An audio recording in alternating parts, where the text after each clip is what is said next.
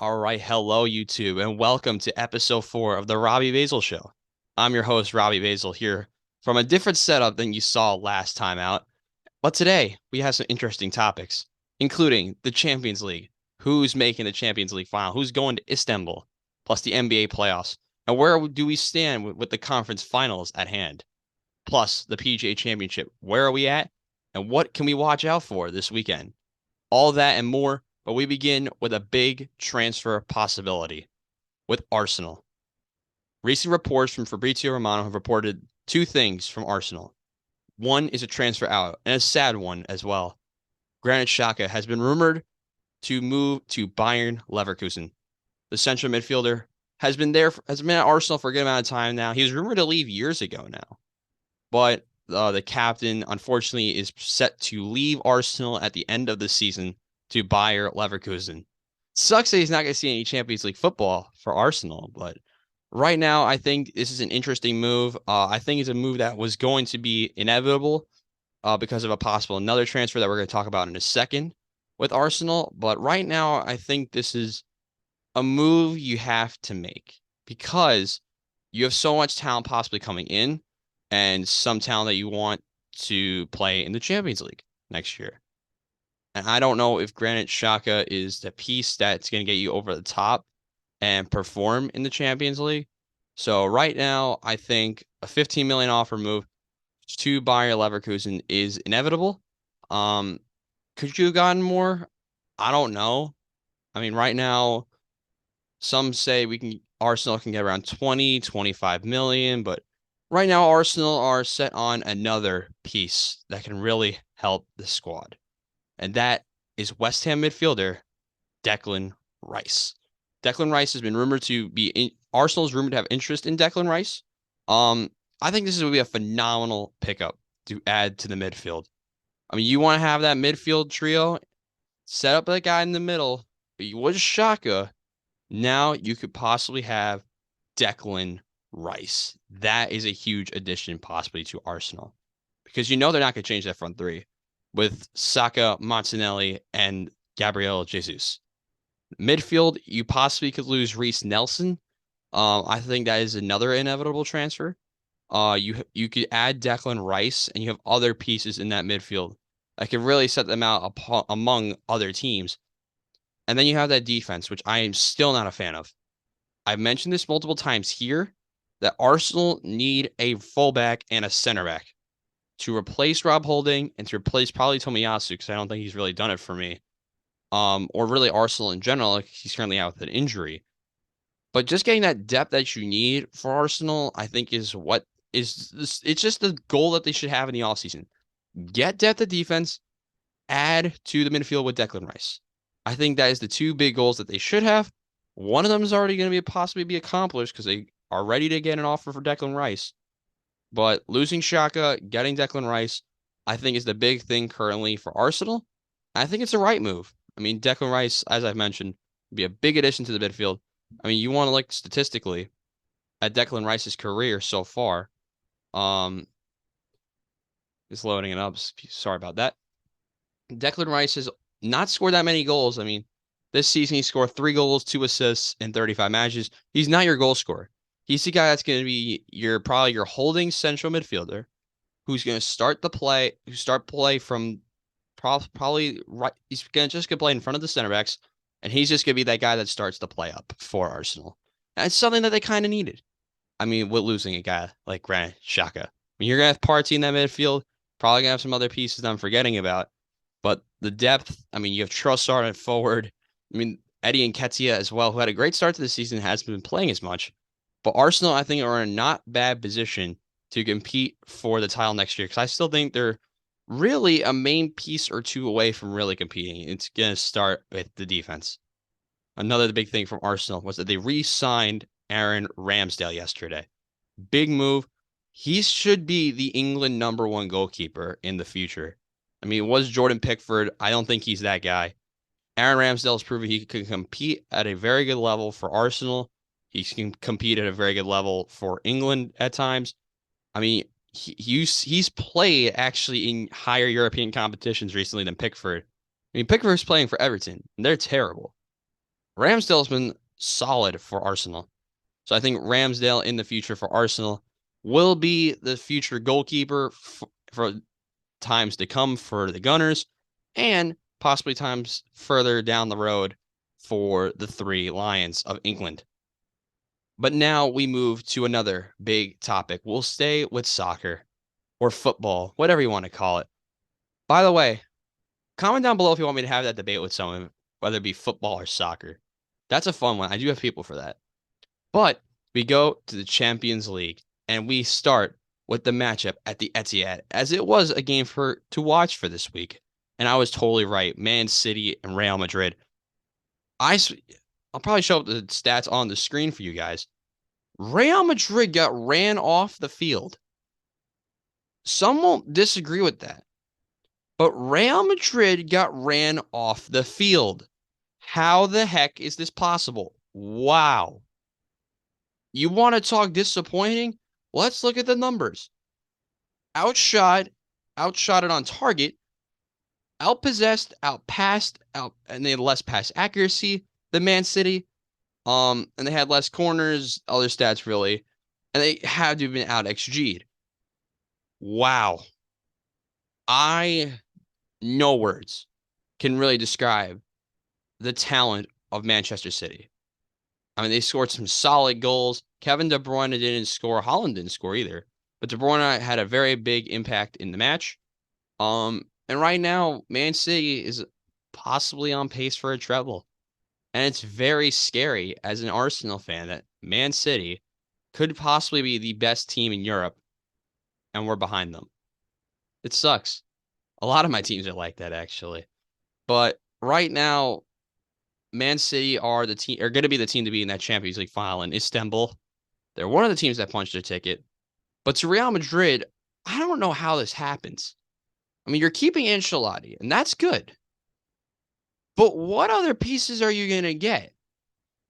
And then you remember, oh, wait, they're getting Jude Bellingham.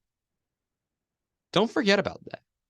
They're set to get Jude Bellingham from Borussia Dortmund for around 100 million. That's a big move.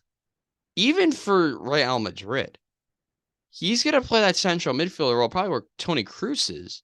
Getting younger with a very good England national team player with the talent of Jude Bellingham is exactly what they needed. Get younger. I mean, him, Vinicius Jr., Camavinga, they have a lot of young talent. Add that to the aging vets of Benzema, Kroos. I mean, Courtois, I don't even know what you call him at this point. He's still a stud in net. He just had one bad game. So, excuses aside, Manchester City were that team. The question now is, where do you go if you're Real Madrid? You're getting Bellingham, most likely. Where do you go from here? And that's just a question that they're going to have to answer to their fans, to any analysts, other teams. That's just what they're going to have to answer. And now to the other semifinal. At the San Siro, the Battle of Milan went to Inter. 3-0 in aggregate. Another team that was, I mean, Inter, it was a very weird match. And the reason I say that is because Inter went out, outshot AC Milan, but they got outpossessed. 15-5 in shots, but you had 14% less possession. It was 57 to 43% in favor of AC Milan. Very interesting. I did not expect that. I don't think many people expected that. They got outpassed. They had less pass accuracy. They did foul less, which is interesting to note.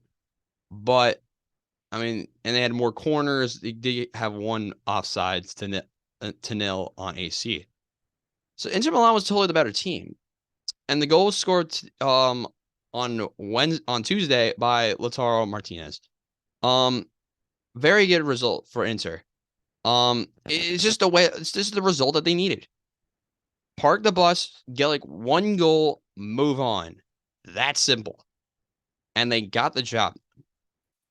The question now is, can their star power hold with Man City?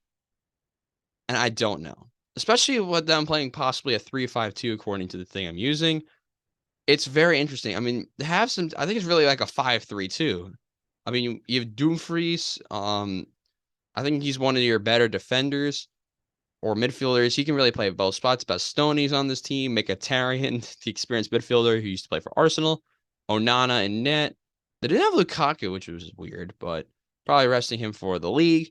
Because remember, both teams are in an interesting fight for those Champions League and just European spots in general in the Serie A, which has been very competitive. But for AC Milan, I still think they're pieces away. Um, I think it might be in the central defensive midfield role because remember, they're playing a 4-2-3-1 from the formation that I'm seeing right now. They have Rafael, Giroud, who re-signed, I believe. I think they need to get younger. And I mentioned possible transfer ideas for them last time. Declan Rice on this team would be very interesting, actually, just realizing that now. But you really just got to see that AC Milan are pieces away from really being the best team in Serie A. I mean, Napoli was just far and away the best team in that league. And then it's really these two, I think, are next. So for AC Milan, your goal should be add pieces that are going to make you a better contender. I mean, that's obviously what they should do, but just saying it, like, I think a lot of people would agree that AC Milan are pieces away. They have Taylor Hernandez as well. I forgot to mention him. They have pieces. They just need more firepower. Early prediction for the Champions League final. I'm going to do a full preview on this match the Friday before, because I believe that match is played on a Saturday. So, what do I expect in this match? It's going to be very interesting, because I think Inter can park the bus enough to make this go to extra time. I think Man City does get the win. I'd say it's around a 1-0. I think Man City has the talent to also park the bus if you need to. I mean, I remember this is back in March where they struggled against a team like a Crystal Palace. Palace parked the bus and Man City won on a penalty. Don't forget about that. So I think the park the bus strategy could work from Inter if they really wanted to do that. I'm just interested to see who they throw out on the field. That's gonna be that's the question for them. Who are you gonna throw out on the field? Who's gonna want to contend and fight with Manchester City? Right now, my prediction would be Man City winning the Champions League final 1-0. But that's my early prediction. We still have just a little bit under a month until the Champions League final. Now, to my next big topic of the day, and that is the NBA playoffs. And my matchup to watch was Lakers Nuggets. And I cannot be more correct. I think so, at least. You can tell me if I'm wrong in the comments. The Denver Nuggets are leading this series 2-0 on the Lakers. I don't think many people should be surprised by this. Some are. I'm not. Why? Because I picked the Nuggets to go to the final. And the Nuggets, looking at game 2, had a big game from Jamal Murray. And that's exactly what you want to see. I mean, Jamal Murray getting 37 points with 10 rebounds and 5 assists. You had a big game from Jokic, who had a triple-double again. 17 rebounds, 12 assists with 23 points. That's just ridiculous. But the depth really hasn't done that much. And that's an interesting thing to watch out for the rest of the series. I mean, they only had 5 double-digit scores. I mean, Aaron Gordon had 10. MPJ had 16. Bruce Brown had 12. So, I don't know. I mean, could the depth be the problem for the Nuggets? Is their depth going to possibly cost them on the road to an NBA Finals appearance if they really get there? Because remember, the Lakers aren't going to go down without a fight. And that's what I think possibly could get them back in the series. But one player I didn't expect really to do that much in this series was Rui Hachimura. I think people have been talking about him a lot more. He's had 21 points in game 2. AD at 18 and 14. LeBron at 22 and 10 with 9 rebounds. 1 rebound away from a triple-double again. I think their depth away from really competing as well. I mean, Austin Reeves at 22. D'Angelo Russell only at 10 points. That could be a possible problem for them as well at the point guard position.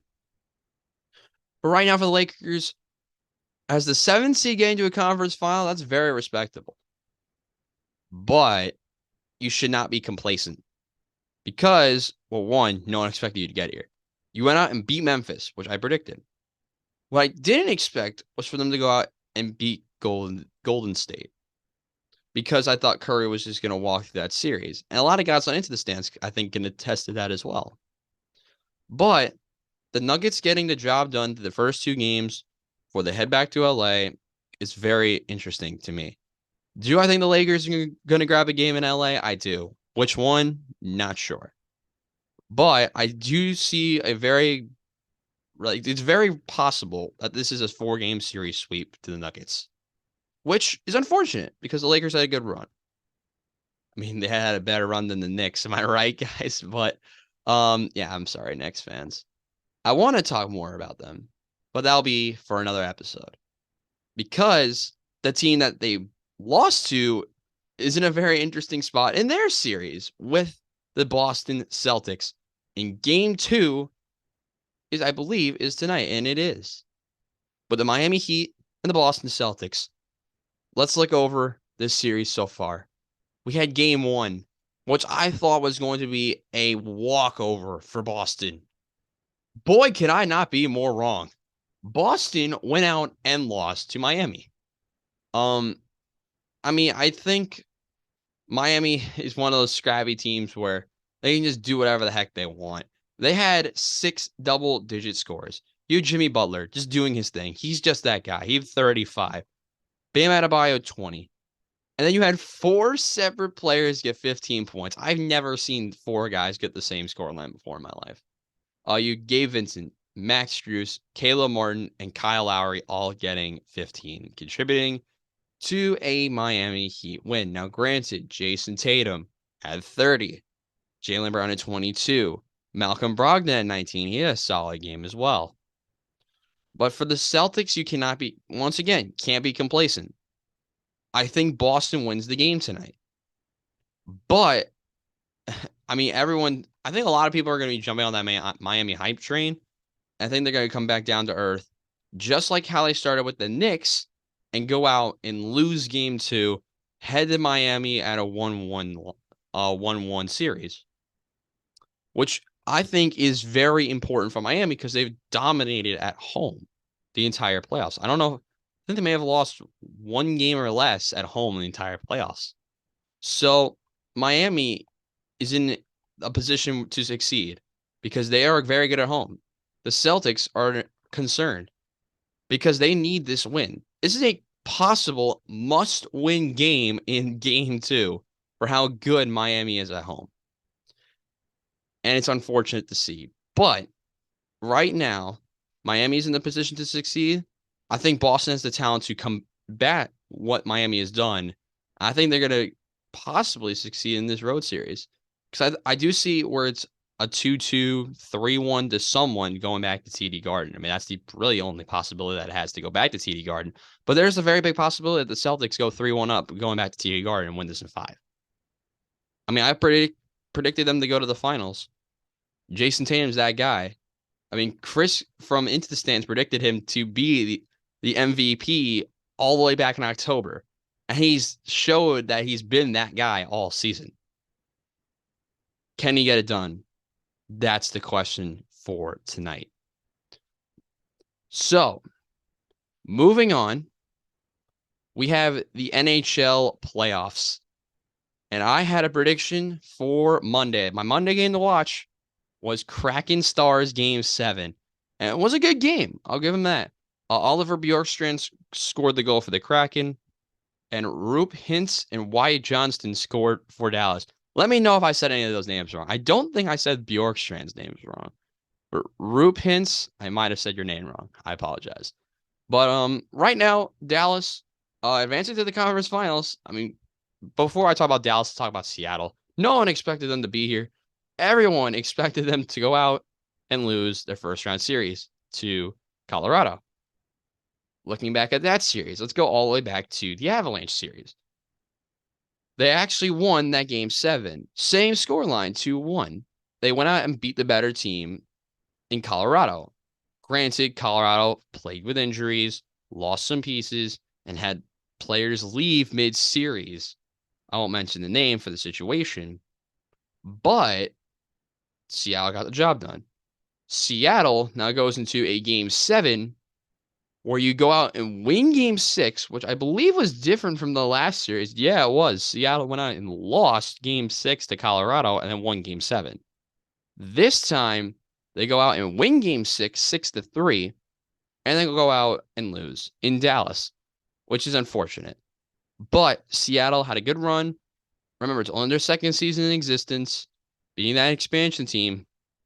Unfortunately, they're not the Vegas Golden Knights, which I don't know if that's a positive or a negative. I mean, I think people have combating opinions about that because if the Seattle Kraken were more competitive, would they rush their window like Vegas did? Because remember, Vegas early on, they went all in too early. And someone will debate me about that. That's why Vegas is in the spot that they're in. Or is it a positive? Because Dallas is going up against Vegas. And I've talked a lot of stuff about Vegas just now. Vegas is in a position to succeed. What I didn't like about Vegas was how all in they were very early on. They had a weird expansion draft, and no one expected them to do anything. And now here they are again in a conference final. They start tonight against Dallas, game 1 on Friday today when we're recording and posting this from the T-Mobile Arena in Las Vegas.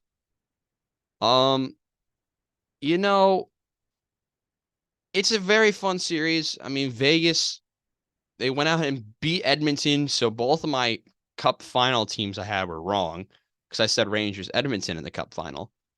But right now, Vegas is in a very interesting spot because they went out and beat. I think a lot of people possibly liked Edmonton this year. I mean, you go out and beat the Jets. That's not surprising. The Jets are a mess.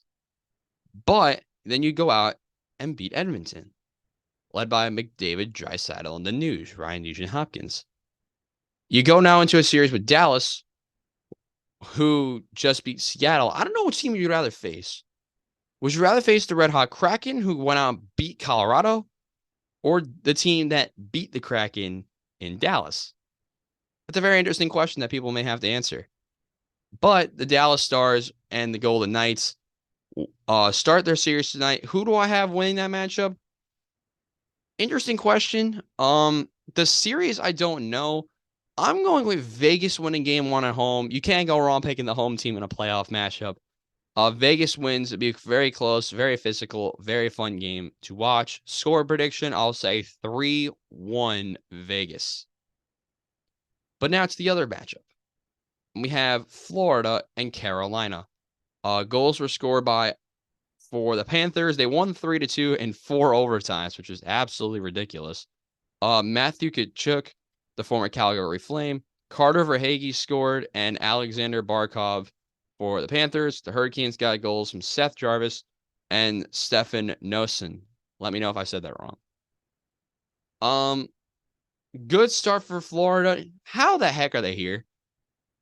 They have to they are this year's Cinderella team, obviously.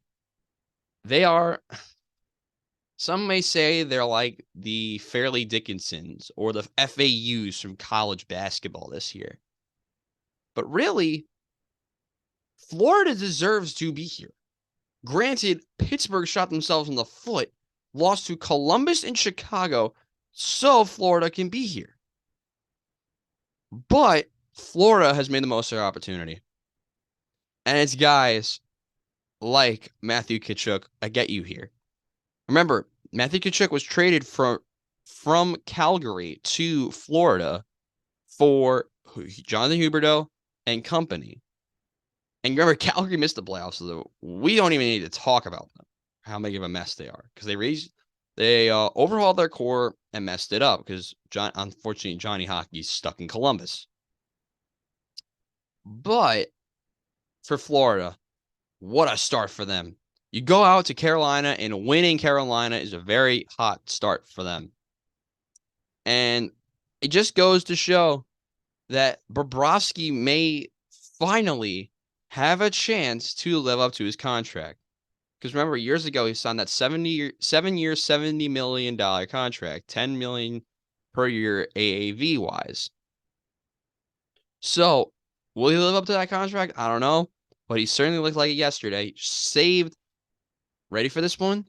63 shots. I am not kidding. 63. 6-3. That is absurd. I mean, he allowed 2 goals, which on 2 goals on 65 shots, I don't think that's that bad. It could have been worse.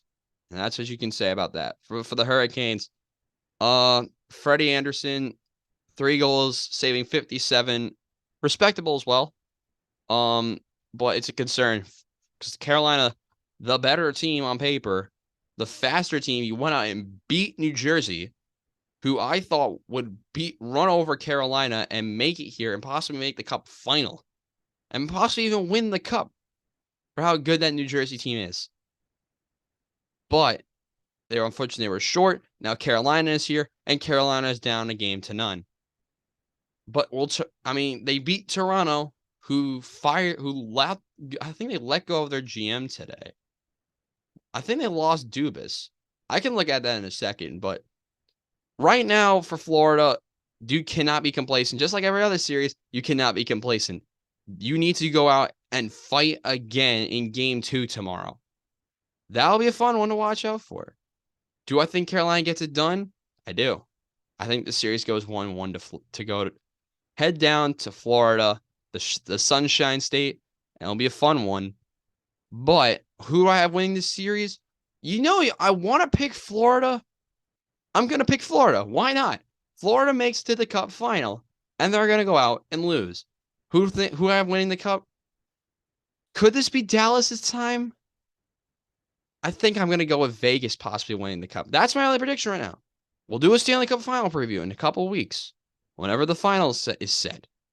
Right now, early prediction, I'm going to have Vegas making the Cup final in 6 games, 6, facing the Panthers, who also win in 6. Be right back. It's time for the last major topic of the day, and that is the PGA Championship. Live right now, Bryson DeChambeau led at the end of the first round. He's yet to tee off by the time of recording, but my pick, Victor Hovland's doing pretty good. He actually just teed off for his second round right around this time of the start of the second part of the video. He's currently at 3 under par. The scoring's interesting. I'm surprised they're scoring this much. Though don't be surprised, because I believe it's supposed to rain this weekend. It's raining where I am. I'm assuming it's going to be raining in Rochester. Don't be surprised if the scoring goes way down. Way down. Why? I think the temperatures are going to cool down. Sunday, I think it's possible that they start scoring. I'm going to be very shocked if it goes double digits under par this week. Right now, Scottie Scheffler leads. He's 2 under through 2 for his second round. Interesting guy to watch out for. Ryan Fox had a very interesting round yesterday. Went out and shot 2 under 68. Keegan Bradley shot 2 under 68 as well. Taylor Pendrith actually just ended his round. He shot 69 today to move into a tie for 7th place. Other players having an interesting round yesterday. You want to talk about bad rounds yesterday? Oh, boy. I got to find him first. John Rahm went out yesterday and shot 76. 6 over, 1 shot out of the cut. Wow. That is concerning. Jason Day also shot 6 over yesterday. Matt Fitz shot 6 over yesterday.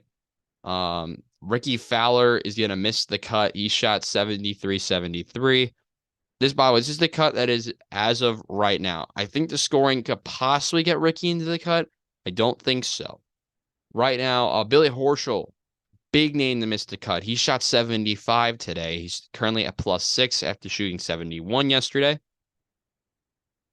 But I don't know. John Rahm actually just birdied his second hole of the day, birdie number 2. So he's actually back inside the cut. We'll give you some updates from the rest of the round. But the PGA is off to a very fun start. A start that I don't think many people expected. I mean, you have some other names going into competing at a decently high level. Well, let's look at some of the names of the even par. We have a PGA professional shooting even par for both rounds. That is amazing. I don't think Michael Block. Shout out to Michael Block for going out and shooting 70-70 at a very difficult course. He goes out and is in tie for 13th position. Mito Pereira shot a good round today. He shot 1 under 69. Patrick Cantlay. You want to talk about a rebound? Patrick Cantlay goes out and shoots 3 under 67 to go to +1. Overall, 141 shots total. DJ flipped the script. He did the opposite of what Cantlay did. He went out and shot 74. He had the total opposite round because if you have both their scorecards, you flip them. That's where they're both at. 74-67 and 67-74. Cam Davis had a good round. He shot 1 over. He's at 1 over right now. But yeah, Ryan Fox is an interesting name. He actually just bogeyed his 6th hole today, which is unfortunate. But yeah, fun start. I mean, Victor Hovland, I said he was going to be competitive. He's one of my players to watch out for to win this week. It's good to see him being competitive, being a guy from Norway, knowing what it's like to play in the cold. You knew he was going to compete. And you saw the frost delay on Thursday. I mean, they had a 2-hour frost delay to start the first round, which is unfortunate, but it's Rochester, New York. I wouldn't have expected anything less from a tournament like this. But Scotty Scheffler leads. Bryson is yet to tee off his second round. I do think Bryson falls back to earth if you want to put it like that. Don't be surprised if the leader at the end of day 2 is Scotty Scheffler or Victor Hovland. Before I head to our final segment today, I just want to speak on something that happened in soccer yesterday. Recently, if you don't know how English football works, say you're in EFL League One, which is where we're going to for this. If you finish top 2 in your table, you go out and you win. If you finish top 2, you're automatically promoted to the championship. If you're 3rd through 6th, you go to a playoff. Yesterday, I found out that Sheffield Wednesday went out, played Peterborough in the EFL League One playoff, went out, lost 4-0, and then went out and pulled a reverse and won 5-1 to send this one to extra time, and then they went out and won on pens. Sheffield Wednesday. Well done. That is very respectable. Going to a 5-5 on aggregate, going out and winning on penalties to advance in the playoffs, the playoff final. But that just shows one thing that you love about the beautiful game, as some call it. Moments like this in a lower league where you go out and fight for your job and you see a magical moment like this. There you go. No one really knew about it. I didn't find out until around 5 o'clock yesterday when this post came out from CBS Sports. But Sheffield Wednesday scoring a 98th minute equalizer in stoppage time to make this result 5-1. Sheffield Wednesday 5, Peterborough 1, and going to penalties and going out and winning on pens. Very respectable from Peterborough and Sheffield Wednesday. And that just shows the love of the beautiful game, the atmosphere, all that. And there's one other thing I want to talk about. Barcelona went out and won La Liga. If you're a fan of just watching sports, do not do what Espanyol did. Granted, Barcelona celebrated in the middle of an away day. Go out, you win, good for you. You do not celebrate on the opponent's field. You celebrate in the locker room. You celebrate when you go back to the new camp. That's what you do. You celebrate in Barcelona. They did that yesterday. They had their parade yesterday. But you do not celebrate on your opponent's field, and then Espanyol fans raided the pitch, and now that league looks worse. There's regrettable moments everywhere, You do not celebrate on your opponent's field. You saw that in football. You want to talk about that in other sports? Juju Smith-Schuster did that on TikTok. Those old TikTok dances. I don't even know what it was called. Oh, it's Corvette. There you go. And then got absolutely rocked the same day he did it. Did one of those TikTok dances. That just shows to you that those fans are hungry when you do something like that for revenge in the future. Players are gonna be the same way. I mean, Espanyol's fighting for not being relegated. You just don't do that. And that's just my PSA on that. So after that PSA, what to watch out for this weekend? By the way, Orioles Angels, I forgot to mention that. Was a very fun series to watch. Angels and Orioles split, so I was kind of right, kind of wrong. You tell me what you think about that in the comments. What to watch for this weekend? Talking about 3 events. Of course, you want to watch all the playoffs, all that. My 3 things to watch out for this week: PGA Championship. That has to be one. And I did a prediction on it. And it's been very fun to watch so far. So if you want to watch golf, there you go. There is prediction number 1. My predicted winner for it, it's so hard to pick this. I'm going to go with my pick from earlier. I'm going to say Viktor Hovland wins by 1 shot. Predicted score, I'm not giving a predicted score. It's too close to call with Viktor Hovland. I think Viktor Hovland does win, and he goes out and wins his first major. Next game, I'm actually going to a different sport. I'm going back to soccer again for a game to watch out for tomorrow. I'm going to go on the Prem. And I am talking about a very interesting matchup. I mean, there's so many good games, but the one that stands out to me is at Anfield tomorrow between Aston Villa and Liverpool, because Aston Villa technically has a chance to still make a European competition. Liverpool trying to fight for a Champions League spot. They have a game, one more played matchup than Manchester United, which I bet every non-United fan is rooting for Bournemouth to win tomorrow. I think Man United wins like 3-0. I mean, if Arsenal couldn't beat the Bournemouth, maybe United doesn't. But right now, Liverpool playing Aston Villa. I mean, Unai Emery has done a very good job with Aston Villa. I mean, they were an absolute mess at the beginning of the year. You go out, and now you fight for a mid-table finish. Very respectable for Aston Villa, but I still think this match screams 1-1 draw to me. That'll be my prediction, costing Liverpool a spot in the Champions League and solidifying United's chance to make the Champions League next year. And my other game to watch out for, I mean, I want to do the better playoff series, so I'm going with the Celtics and Miami in Game 3, just to watch out for this weekend. You know, Game 2 is tonight, but Game 3 on Sunday. That series is going to be very competitive. Sunday night basketball, you cannot go wrong with that.